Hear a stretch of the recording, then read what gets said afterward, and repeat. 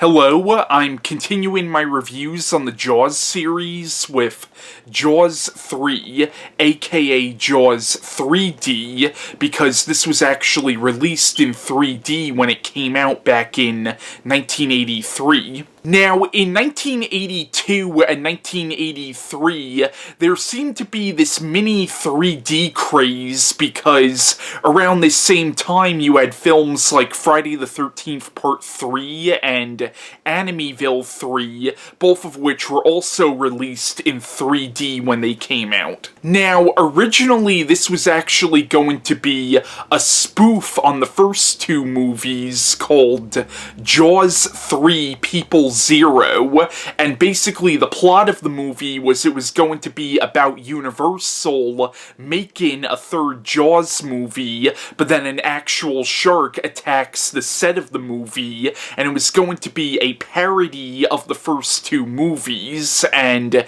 it was actually going to be directed by Joe Dante, who at this point directed movies like Piranha and The Howlin', and he would go on to direct movies like Gremlins and Gremlins 2, and The Burbs and Small Soldiers. And unfortunately, the Jaws 3 People Zero idea never happened because Universal didn't like the idea of doing a spoof on the first two movies. Like, apparently their reasoning behind it was they felt like if they weren't taking it seriously, then how would the audience take it seriously?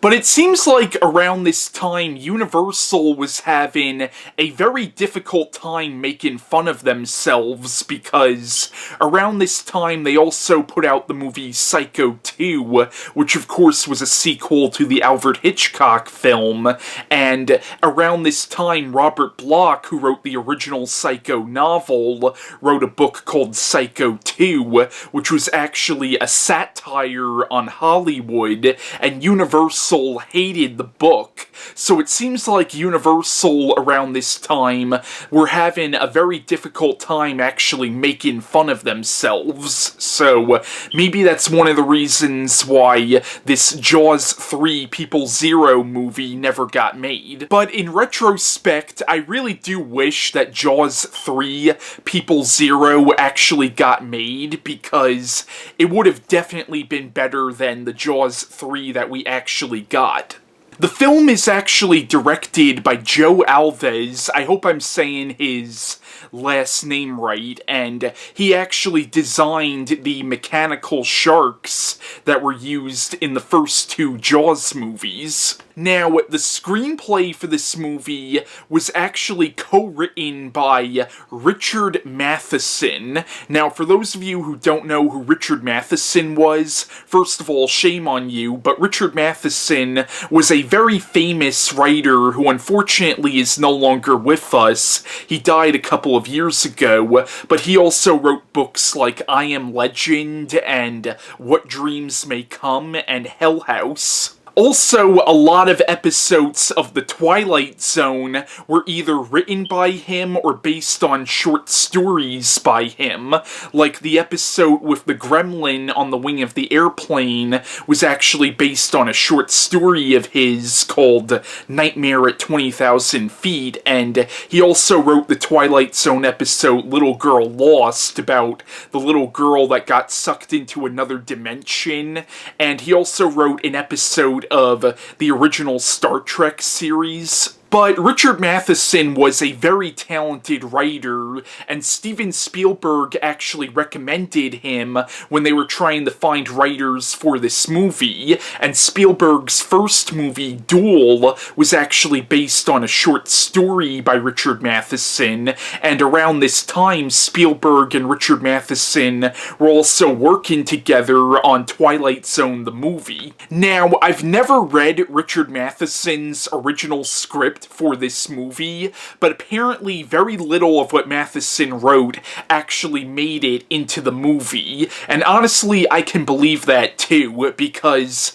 if it wasn't for the fact that the opening credits of this movie say screenplay by Richard Matheson and Carl Gottlieb, I would have never guessed that Matheson had anything to do with this movie. Even Carl Gottlieb, who's credited as co-writing this movie, there's nothing in this movie that really screams his writing style either. Now, Carl Gottlieb also co-wrote the first two Jaws movies, but there's nothing in this movie that makes me think that this is a Carl Gottlieb screenplay either. Like, I see neither writer's writing style in this film. Now, the film stars Dennis Quaid and Bess Armstrong. It also stars Simon MacCorkindale and Louis Gossett Jr. Now, what's funny is Louis Gossett Jr. before this was in the movie The Deep, which was also based on a Peter Benchley novel. Now, Lee Thompson also has a small role in this movie. She would go on to play Marty McFly's mother in the Back to the Future movies. What's funny about her being in this movie is Back to the Future Part 2 actually made fun of Jaws, where you had that scene where Marty McFly was in the year 2015 and he saw Jaws 19. Now, the plot of Jaws 3 is it follows the character of Mike Brody, who in this movie is played by Dennis Quaid. Now, Mike Brody, of course, is Chief Brody's son from the first two movies. Of course, in this movie, he's a grown adult, but in the first two movies, he was a kid. Now, it appears that this movie might take place